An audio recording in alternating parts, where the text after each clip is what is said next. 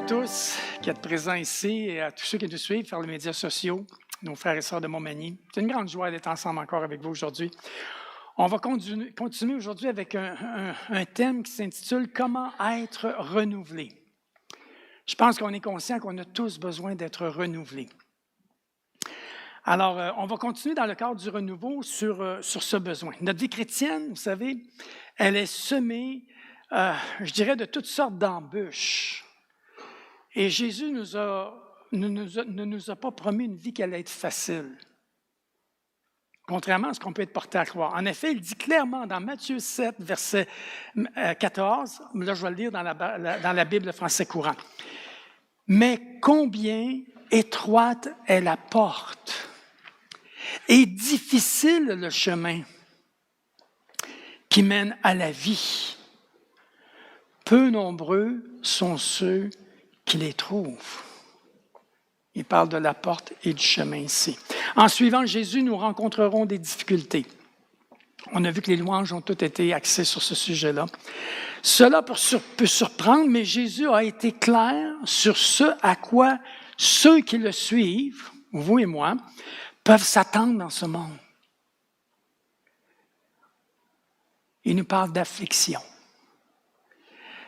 Dans Jean 15, versets 20 et 21, il nous dit ceci. « Souvenez-vous de la parole que je vous ai dite. Le serviteur n'est pas plus grand que son maître. S'ils m'ont persécuté, ils vous persécuteront aussi.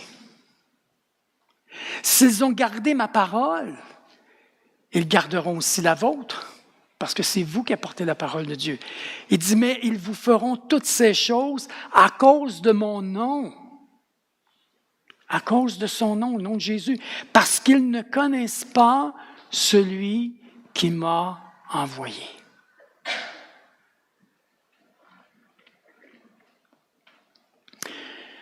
Jean 16, au verset 33, nous dit ceci. « Je vous ai dit ces choses, c'est Jésus qui parle encore, je vous ai dit ces choses afin que vous ayez la paix en moi. Vous aurez des tribulations dans le monde. Vous allez avoir des afflictions. Mais prenez courage. » Et c'est mon message ce matin. Prenez courage, prenons courage. J'ai vaincu le monde. Il ne dit pas « je vais vaincre le monde ». J'ai vaincu le monde. C'est déjà fait. Ça a été fait à la croix. Même en tant qu'enfants précieux de Dieu, nous luttons dans notre cœur brisé par le péché et nous sommes attaqués extérieurement par des tentations et toutes sortes d'oppositions aussi. En fait, lorsque nous sommes sauvés, nous sommes enrôlés dans une bataille spirituelle. En fait, vivre dans le royaume de Dieu s'apparente à une bataille spirituelle qui est intense. Vivre dans le royaume s'apparente à s'enrôler et se battre contre un ennemi qui est amoral, dans le sens que Satan ne suit aucune règle de guerre. Mais au milieu de tout cela, et c'est là mon encouragement, Dieu est avec nous. Et j'aimerais vous citer un verset, le psaume 139, quelques versets, le verset 5 et le verset 6. Et si vous aviez à mémoriser un verset, entre autres dans les prochaines semaines, je vous inviterai à mémoriser celui-là. Il dit, « Tu es derrière moi, devant moi aussi. Tu poses ta main sur moi. Or, que tu me connaisses à ce point est trop merveilleux pour moi. Et dépasse tout ce que je peux comprendre de toi. »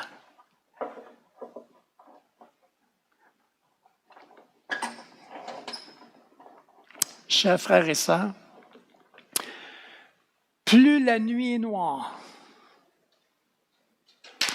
plus l'aube est proche. Plus le retour de Jésus est proche. On le dit, on le répète souvent, on est dans les derniers temps à cause des signes que le Seigneur nous a donnés, mais ça annonce aussi, malgré qu'on s'en va comme ça annonce aussi le retour du Seigneur qui va venir chercher son Église. Plus les nuages sont sombres, plus les pluies, source de la vie, sont abondantes. Plus le chemin est étroit, plus le secours de Dieu est sans limite.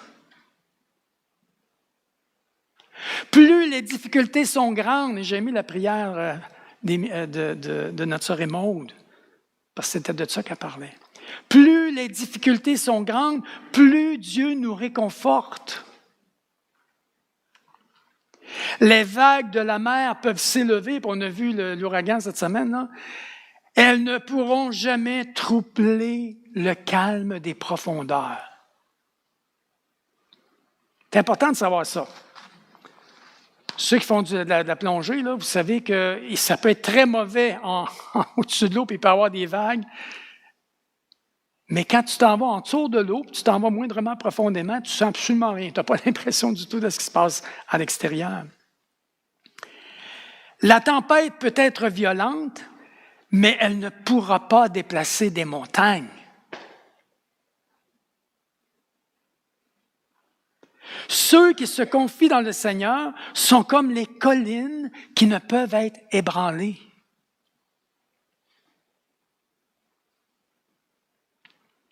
Beaucoup à réfléchir là-dedans. Parce qu'être se tiennent sur le roc, c'est de ça qu'on parle. Prions ensemble quelques instants. Père, nous désirons de tout notre cœur être transformés et renouvelés continuellement par toi. Pour toujours mieux te connaître d'une part, mais encore mieux t'aimer et mieux te servir.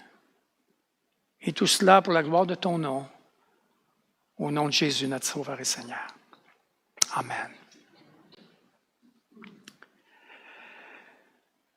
Satan, c'est l'ennemi de Dieu, mais aussi le nôtre. Jean nous en a parlé dans les derniers dimanches. On a vu beaucoup de choses par rapport à lui. Ce qui est important de réaliser, c'est qu'il s'oppose et s'attaque à nous sous 5 différents fronts. À travers les autres, à travers les séductions du monde, et là j'ai mis en parenthèse le matérialisme, le péché sexuel, l'épanouissement personnel, à travers les manipulations des circonstances, à travers des habitudes ancrées en nous de notre chair, ce qu'on appelle le vieil homme dans les Écritures, et à travers les points d'ancrage et des forteresses dans nos vies. Des choses, des fois, des angles morts qu'on ne voit même pas. Mais on ne sait pas qu'on réagit de telle manière à cause de ça. Maintenant, j'aimerais vous dire qu'il n'y a jamais d'accalmie.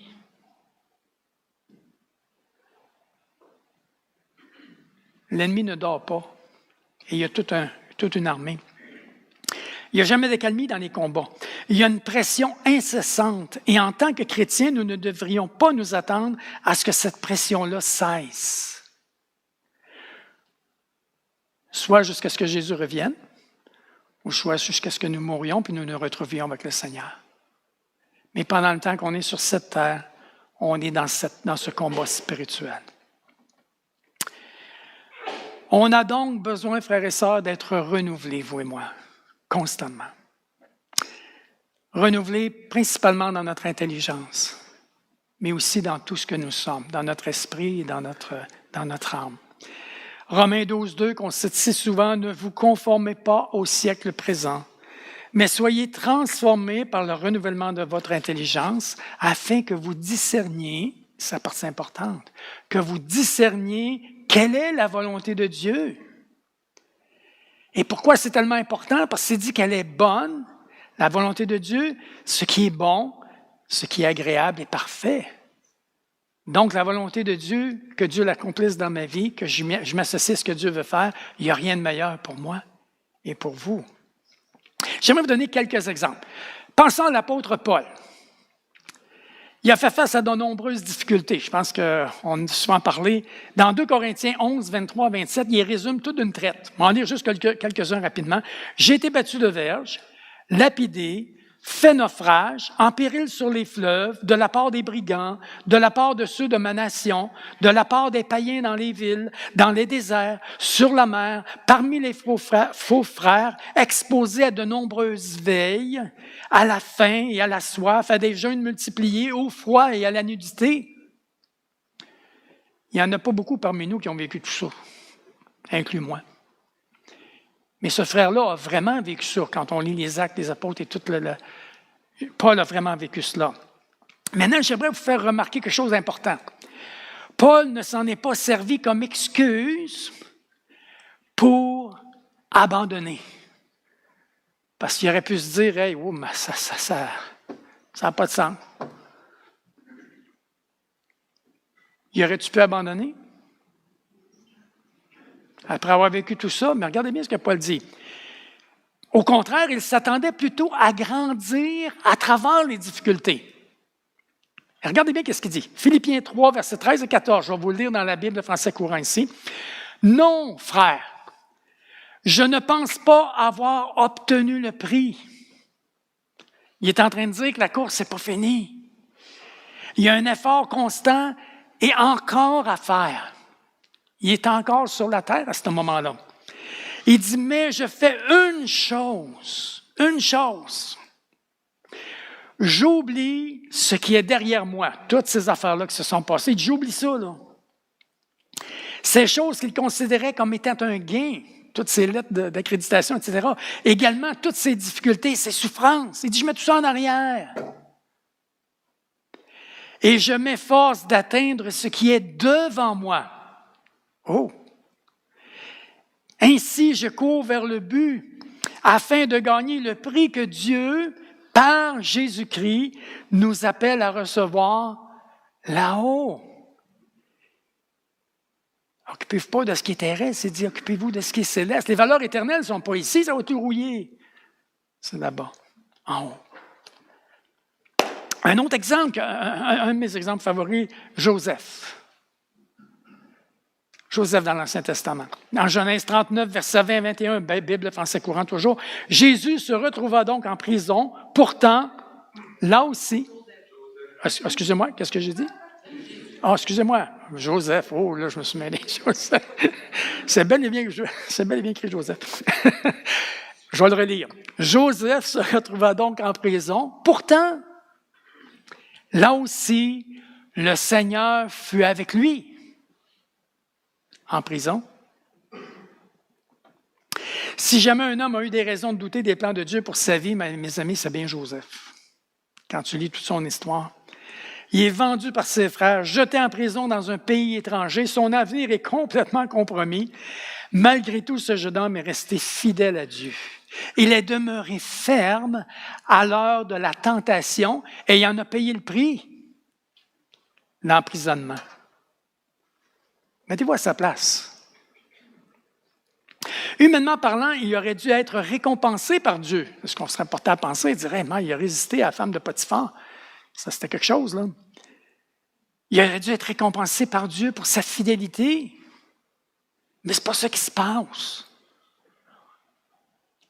Il paraît difficile de comprendre les voies de Dieu des fois. Pour nous qui connaissons la fin de l'histoire, là, c'est facile d'en saisir le sens, mais pensez à Joseph qui était en prison. Lui, là, il n'y avait pas la fin. Là. Il ne savait pas la suite. Ça nous arrive, ça. Hein? Concrètement, sa vie n'était que chagrin, douleur et punition. Cependant, je vais vous faire remarquer ça. Joseph a transformé sa cellule en un lieu d'adoration.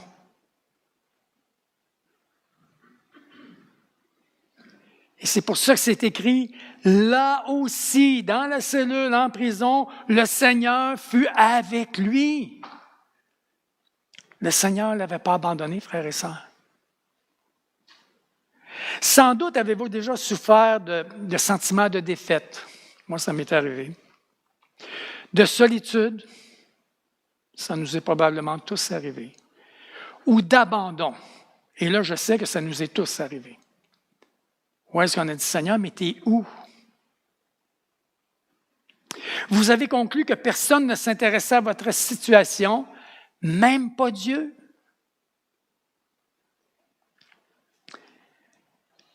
Mais souvenez-vous de ceci ce matin. Le Dieu qui était avec Joseph est avec vous aujourd'hui. C'est le même Dieu. Il est avec vous aujourd'hui, peu importe vos circonstances.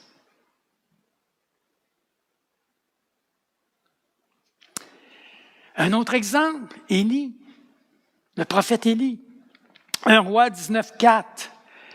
Puis il marcha pendant une journée dans le désert et alla s'asseoir sous un arbuste, un genêt. Il souhaitait mourir et dit, maintenant, Seigneur, j'en ai assez, reprends ma vie. Élie est passé de la montagne de la victoire à la montagne du désespoir. Ce fut son expérience et c'est souvent la nôtre, n'est-ce pas? Jacques 5, 17 dit ceci, et c'est ce que j'aime. Élie était un homme semblable à vous. C'était pas un géant, c'était pas un Superman, là, $6 million man là, qui était à l'épreuve de tout. Il était vraiment comme nous, en chair et en os. Il venait d'être témoin de la puissance de Dieu au mont Carmel. Il a fait descendre le feu du ciel. C'est à la demande, à sa prière, Dieu a fait descendre le feu du ciel d'une manière miraculeuse. Mais au lieu de se repentir, parce que le but était là, c'est devant l'Éternel, Jézabel était furieuse contre Élie. Et c'est écrit dans 1 Roi 19, versets 2 et 3, « Que les dieux me traitent de toute leur rigueur si demain, à 7 heures, je ne fais pas de ta vie ce que tu as fait de ta vie, excusez-moi, il faut que je lise comme il faut, ce que tu as fait de la vie de chacun d'eux. » À parler des prophètes, de ses prophètes à elle, prophètes de Baal. Élie n'avait pas craint les menaces de 450 prophètes de Baal. Et il y avait aussi 400 prophètes d'Astarté. C'était 2 dieux qui étaient vénérés à l'époque. Mais il craignait les menaces de cette femme-là. C'est intéressant, hein? C'est frappant, cette histoire-là. Il était tellement abattu quand il a reçu les menaces de Jézabel qu'il voulait mourir. On a vu le texte que j'ai mentionné au début. Mais est-ce qu'il croyait vraiment ce qu'il disait? Entre vous et moi. Mettez-vous à sa place, là.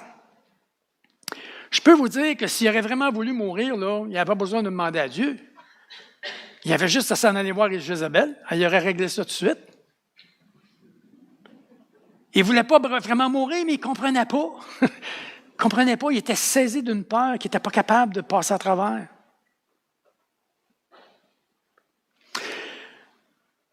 Je vous rappelle qu'il était un homme comme nous,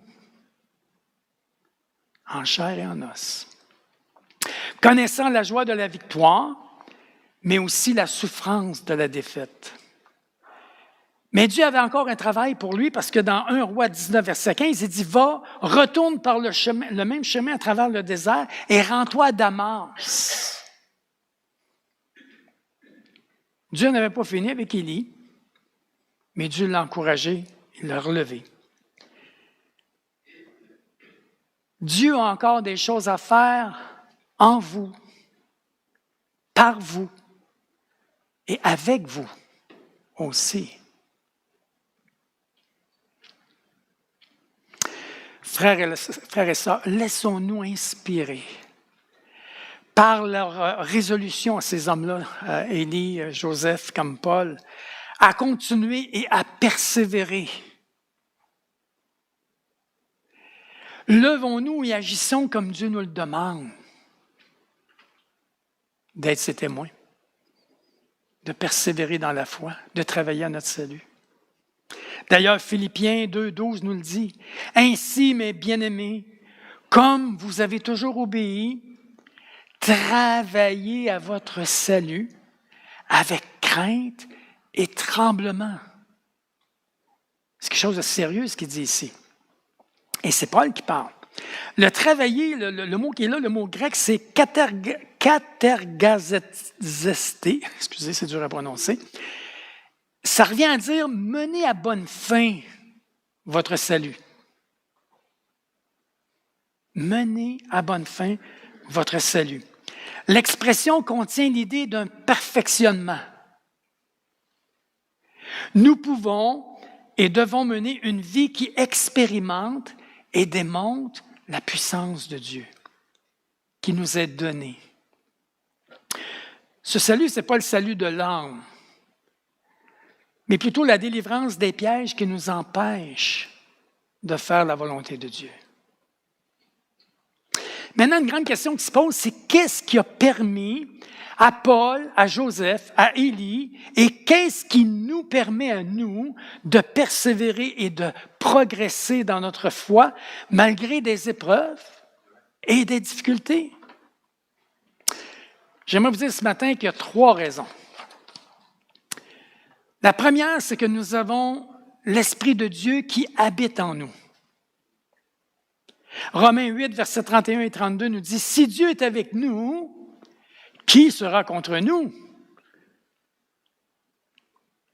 Parce que c'est le Dieu qui a créé le ciel et la terre, il est au-dessus de tout, il est souverain. Alors, si Dieu est avec nous, que peut me faire des hommes?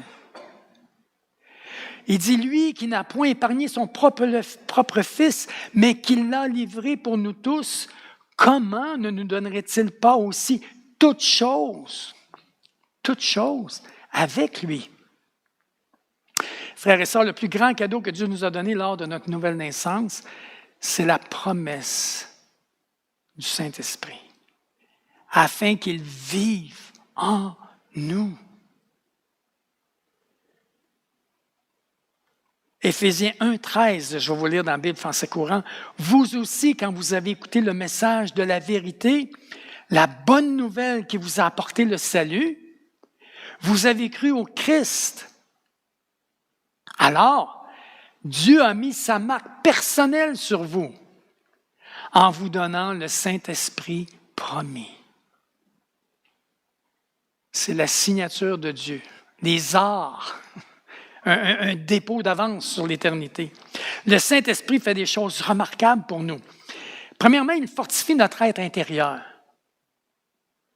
Dans Éphésiens 3,16, il dit « Afin qu'il vous donne, selon la richesse de sa gloire, d'être puissamment fortifié par son esprit dans l'homme intérieur. » Dieu travaille en dedans. Et ce pouvoir, Jésus l'a qualifié de grâce suffisante pour toutes nos épreuves et toutes nos difficultés qu'on pourrait rencontrer, et même toutes nos faiblesses. J'ai prêché là-dessus récemment. 2 Corinthiens 12, 9, « Ma grâce te suffit, car ma puissance s'accomplit dans la faiblesse. » Ce n'était pas juste pour Paul. Pour nous, c'est la même chose.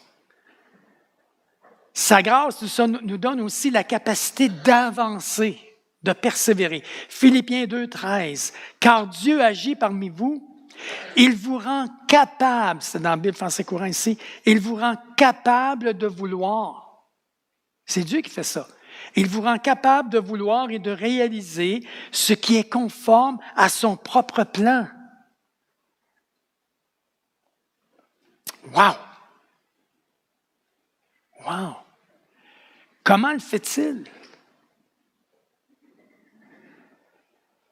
Il le fait par sa parole. Donc, premièrement, nous avons le Saint-Esprit qui vient en nous, mais deuxièmement, nous avons sa parole. Nous avons la parole de Dieu. Vous savez que quand on dit, nous autres, « Hey, mon Père me l'a dit, il m'a donné sa parole. » On y fait-tu confiance? Dieu nous a donné sa parole. C'est pour ça qu'on dit que c'est des promesses, c'est des certitudes. Elle accomplit sa parole exactement ce qu'elle dit. Dans Ésaïe 55, 11, dans la Bible français courant, « Elle ne revient pas à moi sans avoir produit d'effet, sans avoir réalisé ce que je voulais, sans avoir atteint le but que je lui avais fixé. »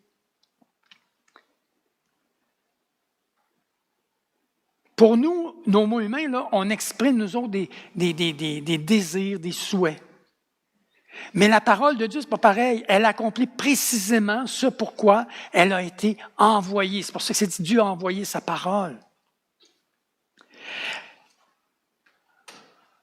Pensons-y juste quelques instants. Dieu a envoyé sa parole, premièrement, pour créer.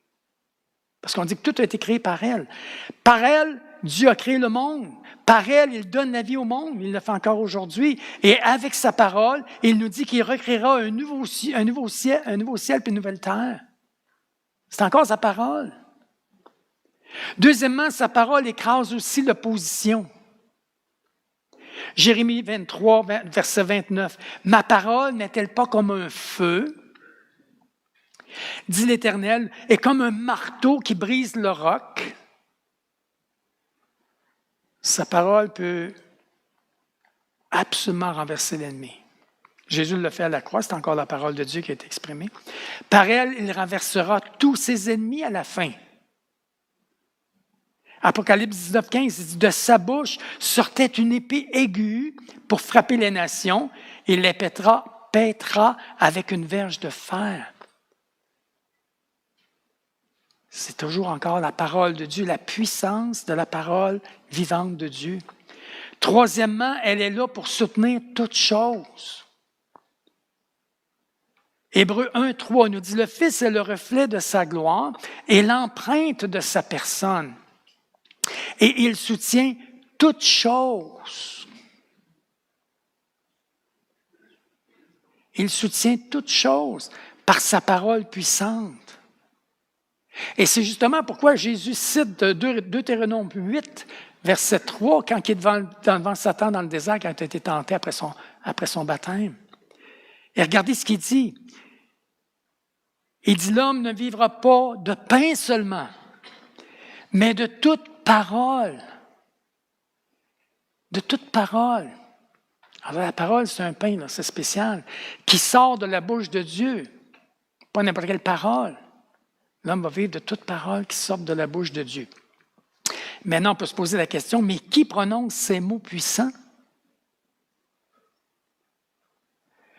2 Pierre 1, 21 nous dit ceci. « Car ce n'est pas par une volonté d'homme qu'une prophétie n'a jamais été apportée. » Une prophétie, c'est la parole de Dieu, bien sûr. « Mais c'est poussé par le Saint-Esprit que des hommes ont parlé de la part de Dieu. » Donc, c'est pour ça qu'on dit que la Bible, elle a été écrite par des hommes inspirés par le Saint-Esprit, guidés par le Saint-Esprit.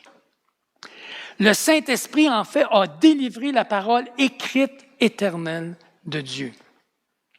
Et c'est elle qui peut nous parler directement par son logos. Hébreux 4, verset 12, dans la Bible français courant, il nous dit « En effet, la parole de Dieu est vivante et efficace.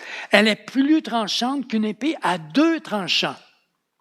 Elle pénètre jusqu'au point où elle sépare âme et esprit, jointure et moelle. Elle juge les désirs et les pensées du cœur humain. » Paul appelle cette parole-là l'épée. L'arme puissante qui est autant offensive que défensive pour combattre et persévérer.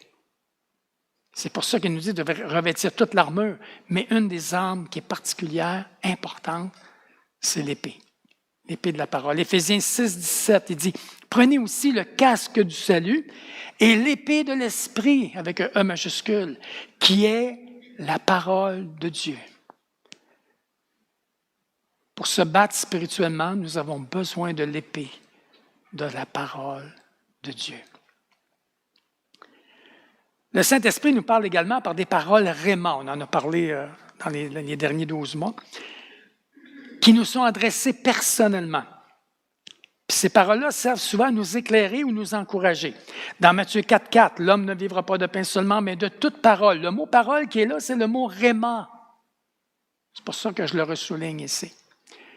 C'est pas le logos, ça peut provenir du logos, mais cette parole-là nous saisit, elle devient personnelle.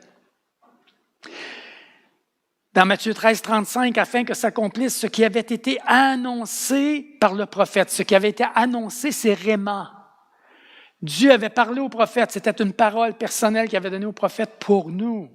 C'est pour ça qu'il dit ça avait été annoncé. C'était les mots de Dieu, inspirés. Acte 9, 31, parole vivante ici. Maintenant, dans toute la Galilée, dans toute la Judée, la Galilée et la Samarie, l'Église jouissait de la paix. Là, on est dans l'Église primitive au tout début. Il dit, durant cette période, elle s'organisait, se construisait et se fortifiait en marchant dans l'obéissance respectueuse envers le Seigneur. Et c'est dit tout de suite après, le Saint-Esprit l'assistait dans toutes ses activités et faisait croître le nombre de ses membres. C'est le Saint-Esprit qui assistait l'Église. Le Saint-Esprit est encore à l'œuvre aujourd'hui. C'est le Saint-Esprit qui agit dans l'Église. Ça n'a pas changé. C'est la même parole, c'est le même Saint-Esprit, c'est la même puissance, c'est le même Dieu, c'est le même Jésus. Il n'a pas changé. Qu'est-ce qui nous permet de persévérer, de progresser, malgré les difficultés, les souffrances, etc.? C'est l'Esprit de Dieu qui habite en nous et la parole de Dieu. Mais il y a une troisième chose, par exemple, que je veux vraiment souligner, qui est importante. Nous avons la capacité de nourrir notre esprit et notre âme de ces paroles, les paroles de Dieu. Nous venons de le voir que l'Esprit Saint exprime des mots qui donnent la vie à notre être intérieur, qui nous soutiennent aussi. Jésus s'est référé à la relation de l'Esprit Saint et de ses paroles de cette façon. Jean 6, verset 63. Jésus dit, c'est l'Esprit qui vivifie. Il y a une faute, c'est l'Esprit avec un E majuscule. C'est l'Esprit qui vivifie. La chair ne sert de rien. Les paroles que je vous ai dites sont esprit et vie parce qu'elles viennent de Dieu, parce qu'elles viennent de l'Esprit Saint et elles touchent notre esprit et notre âme. L'Esprit habilite les mots pour qu'il donne la vie à notre esprit et à notre âme. C'est ce qu'il fait. Jésus l'exprime clairement en réponse à une tentation du diable. Puis je répète encore le même, mais je vais vous ramener au Réma. Matthieu 4, 4. L'homme ne vivra pas de pain seulement, mais de toute parole, Réma, qui sort de la bouche de Dieu. On va entreprendre un séminaire qui s'appelle « À l'écoute de Dieu ». Ça fait partie de la nourriture. Ça fait partie des rémas, des touches personnelles de Dieu, des paroles personnelles de Dieu. Frères et sœurs, on ne peut pas vivre ou survivre sans ce genre de nourriture-là, sans la parole de Dieu. Et ce n'est pas juste une question de connaissance, c'est une question de mettre en pratique, de vivre. Dans Jean 15, versets 5 et 6, Jésus dit, « Je suis le cep, vous êtes les sarments, les branches. Celui qui demeure en moi et en qui je demeure porte beaucoup de fruits. » C'est visible. « Car sans moi, vous ne pouvez rien faire. » Sans Jésus, sans la sève qui monte du cep, on ne peut rien faire. Il dit, si quelqu'un ne demeure pas en moi, il est jeté dehors comme le sarment et il sèche, puis on le ramasse et on le jette au feu et il brûle. Si on ne demeure pas en lui, frères et sœurs, là, ce que Jésus dit qu'on dépérit. Alors, si l'Esprit et la parole de Dieu sont accessibles à tous, pourquoi tant de croyants ou certains croyants dépérissent-ils dans leur vie intérieure? C'est là qu'est toute la question. Parce que cette parole-là, elle est faite pour nous fortifier. Alors, pourquoi tant parmi nous dépérissent? Et la réponse est simple. C'est Jésus qui l'a donné. Parce qu'ils ne mangent pas.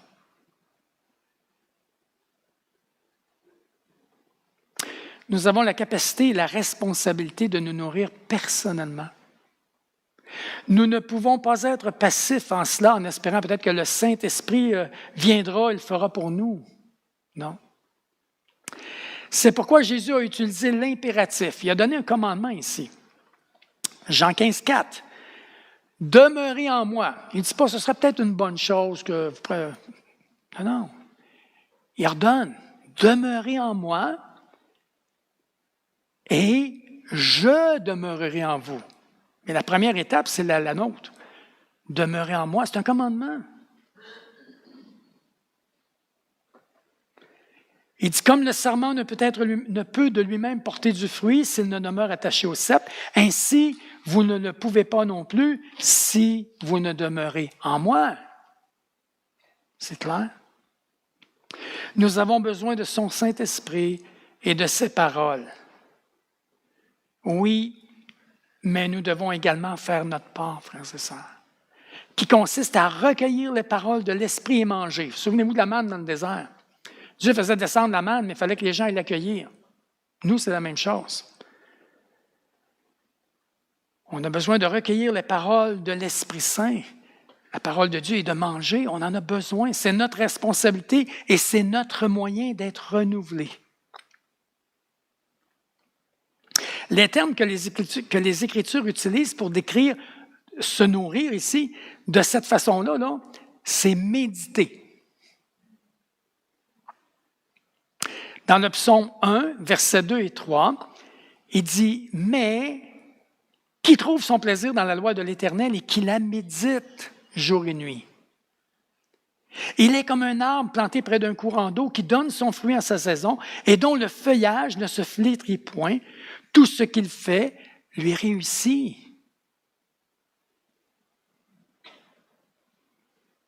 Il y a d'autres expressions aussi qui évoquent cette idée-là de méditer. Matthieu 4,4, « Vive de toute parole qui sortent de la bouche de Dieu. » Jean 15,5, « Celui qui demeure en moi », c'est la même chose. Et en qui je demeure porte beaucoup de fruits. 2 Timothée 2,7, je vais vous lire ici dans la Bible français courant. « Réfléchis bien à ce que je dis. » Paul parle à Timothée, son disciple.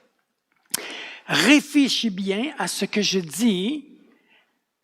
D'ailleurs, le Seigneur te rendra capable de tout comprendre. » Et le réfléchis bien, là, c'est médite. Réfléchis, prends le temps, arrête-toi. Ces 3 paroles ici, là, décrivent l'importance, frères et sœurs, de cette nourriture. C'est une nourriture pour notre âme et c'est une nourriture pour notre esprit. Mais qu'est-ce que méditer et comment? On va aller un peu plus loin là-dedans. C'est ce qu'on va approfondir prochainement pour devenir et demeurer des combattants efficaces, pour persévérer et être victorieux aussi dans notre vie spirituelle.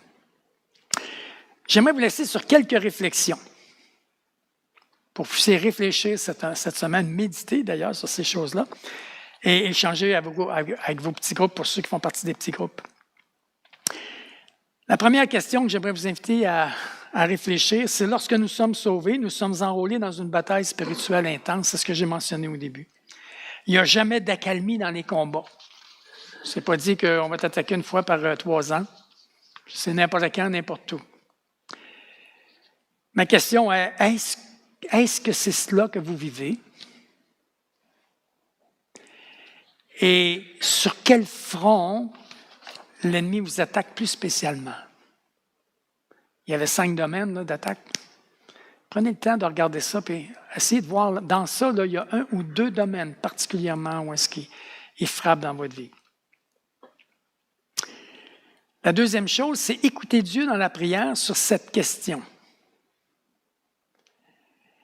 Esprit Saint, y a-t-il des tendances ou des exemples de situations où j'ai abandonné dans ma vie?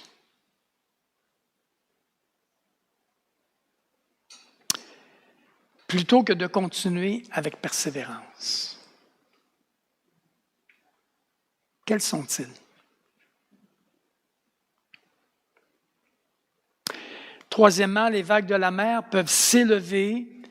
Elles ne pourront jamais troubler le calme des profondeurs. La tempête peut être violente, elle ne pourra pas déplacer les montagnes. Juste ces deux phrases-là, quel lien peut-on faire avec Jean 16 au verset 33? Vous irez lire cela puis réfléchir au lien. Quel lien qu'il peut y avoir?